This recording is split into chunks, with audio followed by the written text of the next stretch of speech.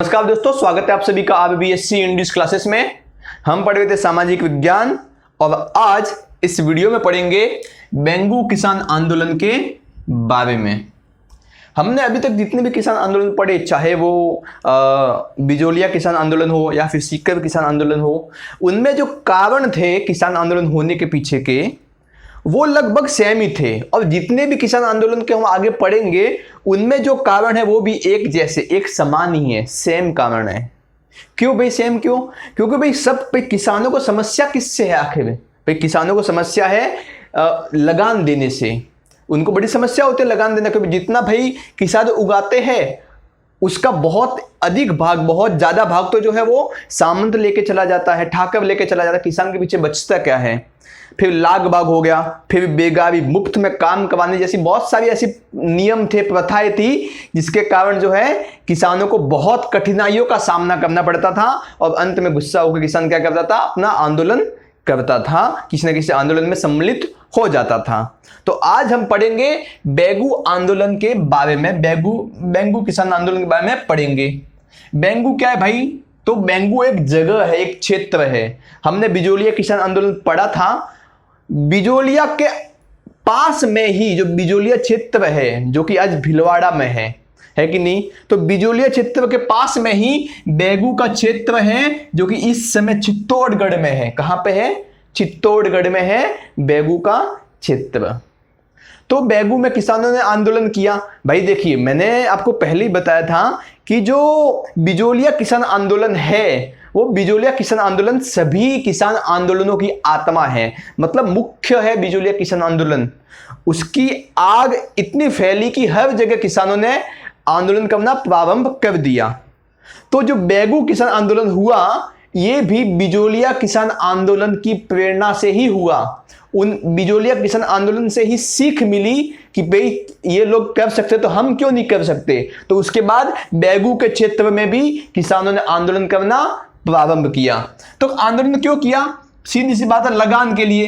भाई बहुत ज्यादा लगान देनी पड़ती थी, कहीं कहीं 50, 25, 50, 75 इतनी ज्यादा लगान जो है देनी पड़ती थी। उसके बाद लाग बाग, जब किसानों को मन करता था आके जो है अनाज लेके जाते थे, तो लाग बाग जैसी प्रथाएं थी, है कि नहीं? उसके बाद बेगारी, मुफ्त में काम करवाना। भाई किसानों को बुलाया, पूरे दिन काम करवाया और कुछ नहीं दिया। बेगारी जैसी प्रथाएं, मतलब कुछ भी काम कराओ, 1 रुपया मत दो, कुछ नहीं देना। आज तो कम से कम थैंक यू तो बोलते हैं जो लोग काम कराते हैं, है कि नहीं? तो उस समय तो बिल्कुल भी नहीं था। मतलब पूरा दिन काम करवाने के बाद कुछ भी नहीं मिलता था, तो क्या था? बेगारी। और किसानों को करना ही पड़ता था, नहीं करेंगे तो भाई जो है उनको सजा मिलेगी, है कि नहीं? तो इस प्रकार काफी जो लगान थे, टैक्स टेकर थे, लालबाग जैसी प्रथाएं थी, बेगारी जैसी प्रथाएं थी, वो बहुत ही कठिन थी, बहुत ही मुश्किल थी, जिससे किसान जो है काफी परेशान हो चुका था। और बिजोलिया किसान आंदोलन तो चल ही रहा था, तो उसी किसान आंदोलन से सीख ले ली और बेंगू के किसानों ने भी आंदोलन प्रारंभ कर दिया। यह किसान आंदोलन जो है 1921 को प्रारंभ हुआ, सन 1921 को प्रारंभ हुआ। कहां पे? मैनाल नामक एक क्षेत्र है, एक जगह है बेंगू के अंदर ही, मैनाल नामक एक जगह है। उस जगह में भैरूकुंड स्थान पर सभी किसान जमा हुए, उन्होंने आपस में बातचीत की और कहा कि हम लगान नहीं देंगे। कुछ भी करे सामंत, कुछ भी करे ठाकर, हम लगान नहीं देंगे। सभी किसानों ने एक साथ हुंकार भरी कि हम लगान नहीं देंगे। इस आंदोलन के साथ कौन कौन जुड़ा था, इसका नेतृत्व कौन कर रहा था, इस आंदोलन की लीडरशिप कौन कर रहा था? तो जो राजस्थान सेवा संघ था, राजस्थान सेवा संघ लगभग सभी आंदोलन में सम्मिलित था, है कि नहीं? तो जो राजस्थान सेवा संघ था उसके कुछ मुख्य व्यक्ति, उसके कुछ जो खास लोग थे, जैसे कि विजय सिंह पथिक। आप तो इनको जानते होंगे, विजय सिंह पथिक को हमने बिजोलिया किसान आंदोलन में पढ़ा है। तो विजय सिंह पथिक थे, राम नारायण चौधरी थे और माणिक्यलाल वर्मा भी थे, या फिर माणिक लाल वर्मा भी बोल सकते हो आप इनको। तो इसमें जो राम नारायण चौधरी है ये मुख्य रूप से इस आंदोलन को चला रहे थे, इस आंदोलन का नेतृत्व कर रहे थे। बाद में विजय सिंह पथिक जो है वो इस आंदोलन में जुड़े और बाद में माणिक्यलाल वर्मा भी इस आंदोलन में जुड़े। लेकिन मुख्य रूप से इस आंदोलन का जो नेतृत्व करने का जो श्रेय है वो किसको जाता है? राम नारायण चौधरी को जाता है। तो राम नारायण चौधरी के नेतृत्व में बेंगू किसान आंदोलन चलाया गया।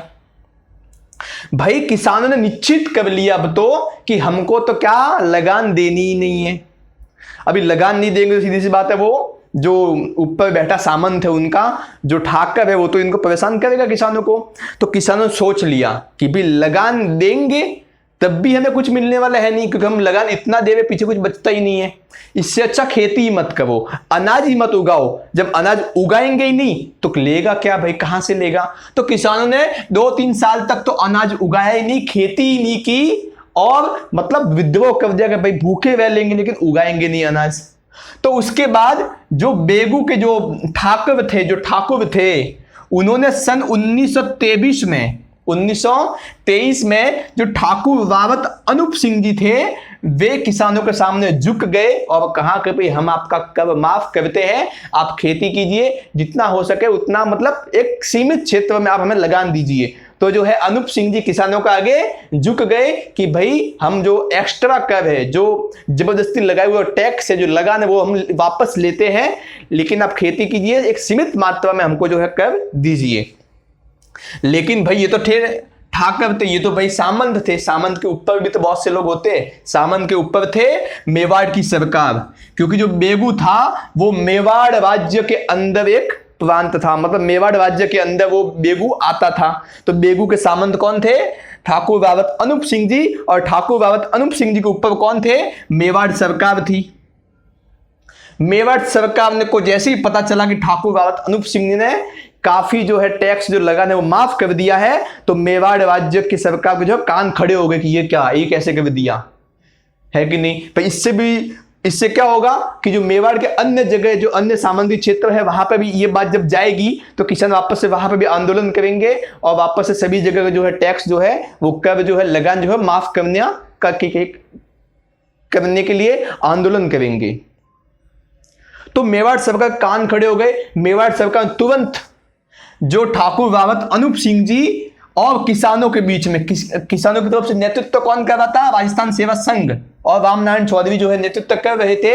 तो जो ठाकुर रावत अनूप सिंह जी और राजस्थान सेवा संघ के बीच में जो समझौता हुआ था टैक्स को, जो लगान को माफ करने के लिए, उस समझौते को मेवाड़ सरकार ने बोल्शेविक संधि का नाम दिया।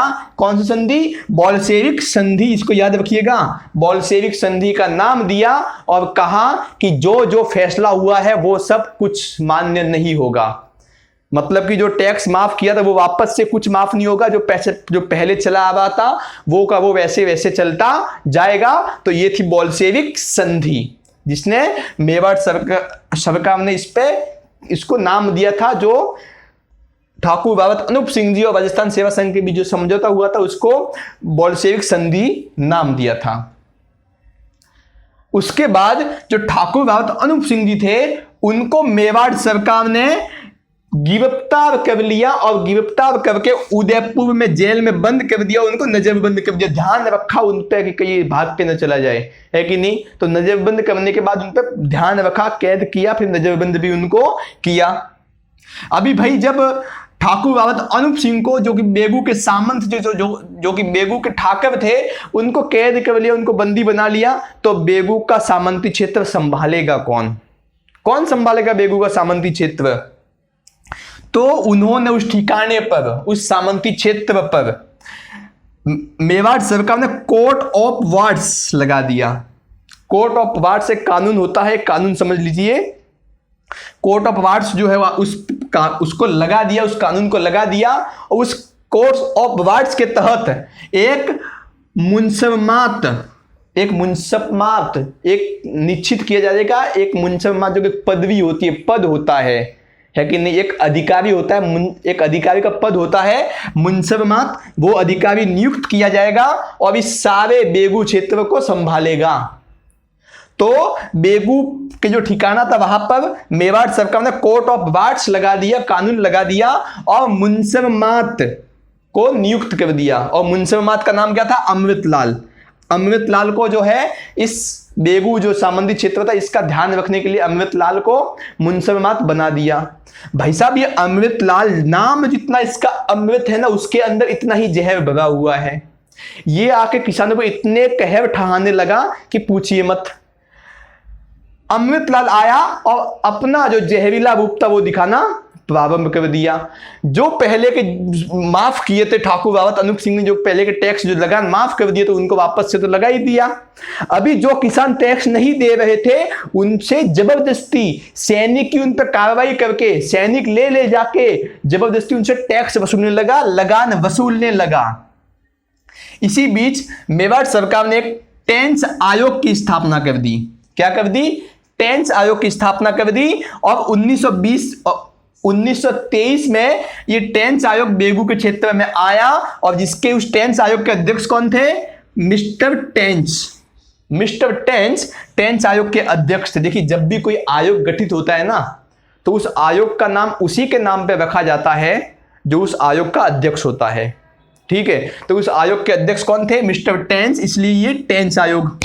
और ये कब बना? 1923 में। ये टैक्स आयोग बन तो पहले ही गया था, लेकिन 1923 में बेगू के क्षेत्र में आया और आके बेगू के क्षेत्र का मुआयना किया, आके देखा कि क्या क्या समस्या है, किसानों को बात किया। बात करने के बाद उसने अपनी फाइनल रिपोर्ट बनाई। उस फाइनल रिपोर्ट में कहा कि भाई जितने भी टैक्स है बेगू के क्षेत्र में, सामंती क्षेत्र में, वो सब जितने लगान है, जो लागबाग है, जो सब कुछ प्रथा है, वो सब सही है।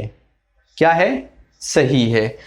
तो उसने सिर्फ 2 या 4 लगान जो है कम किए, ज्यादा के लगान कम नहीं किए, 2-4 लगान कम किए जो कि जिनका कोई महत्व था नहीं, ऐसे 2-4 लगान कम कर दिए, जिससे जो अमृतलाल था, कौन? यहाँ का जो अमृतलाल अभी जो नया जो है मुंसमात बना था, अमृतलाल का जो हौसला है वो तो भाई आसमान पहुंच गया। आसमान तो उसका हौसला बढ़ गया, बहुत ज्यादा हौसला बढ़ गया। अब तो और ज्यादा किसानों पर कहर ढहाने लग गया।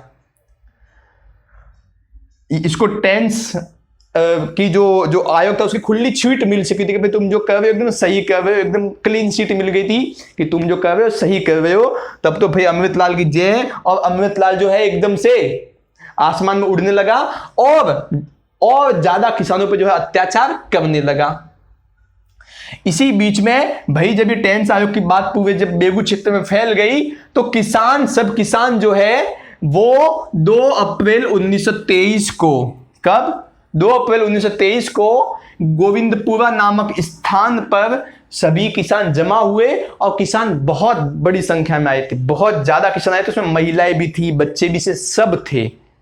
लेकिन जो प्रमुख किसान थे, जो लगभग जो प्रमुख पंच थे, जो किसान पंच थे, उन्होंने लगभग 600 प्रमुख किसान पंचों ने ठान लिया कि जब तक यही जो लगान है वो माफ होगा नहीं तब तक हम यहां से उठेंगे नहीं। जब तक लगान माफ नहीं होगा हम यहां से उठेंगे नहीं। किसानों ने ये ठान लिया। अभी ये आंदोलन जो है यहां पर बैठ गए, धरना देके बैठ गए कि पहले तो माफ करो तभी ऐसे उठेंगे, है कि नहीं। फिर आया 13 जुलाई 1923 का समय, लगभग 2 से 2.5 महीने के बाद का समय आया। 13 जुलाई 1923 के दिन ये अमृतलाल जो है पुलिस लेके चला गया यहां पे, कहा गोविंदपुरा में, और जाके किसानों से कहा कि अभी ये जगह खाली कर दो, सब तितर बितर हो जाए, भाग जाओ यहाँ से। अमृतलाल ने कहा। किसान उठने के लिए तैयार भी नहीं हुए तो अमृतलाल ने लास्ट में पुलिस वालों को गोली चलाने के आदेश दिए। और जो गोलीबारी हुई, जो फायरिंग हुई, उसमें 2 किसान जो कि रूपाजी धाकड़ और कृपाजी धाकड़, क्या रूपाजी धाकड़ और कृपाजी धाकड़ जो है 2 किसान शहीद हो गए। इसके अलावा इसने महिलाओं का काफी अपमान किया, उनके साथ दुर्व्यवहार किया और करीबन 500 से ज्यादा लोगों को गिरफ्तार कर लिया, जेल में बंद कर लिया। और यहां पे जो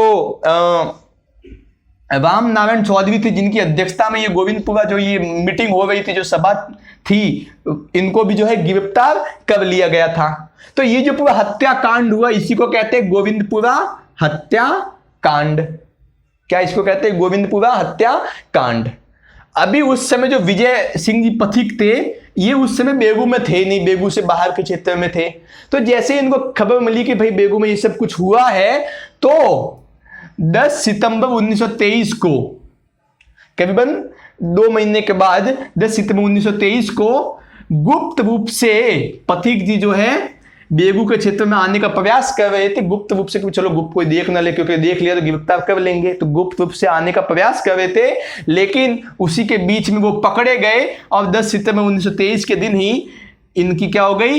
गिरफ्तारी हो गई। गिरफ्तारी क्यों की? इन पे झूठा मुकदमा चला दिया गया कि ये इन पे कौन सा मुकदमा चला है? राजद्रोह का, कि ये तो भाई राजद्रोह करते, इसलिए इन पे झूठा मुकदमा चलाया गया।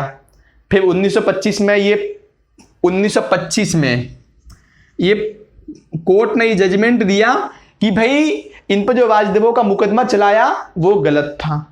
फिर भी मेवाड़ की सरकार ने छोड़ा नहीं और 1927 में जाके इनकी क्या हुई? रिहाई हुई, इनको जेल से छोड़ा। 1927 में छोड़ा तो फिर जो है ये विजय सिंह जी पथिक जो है इस बेगू किसान आंदोलन में जुड़ गए, वापस से जुड़ गए।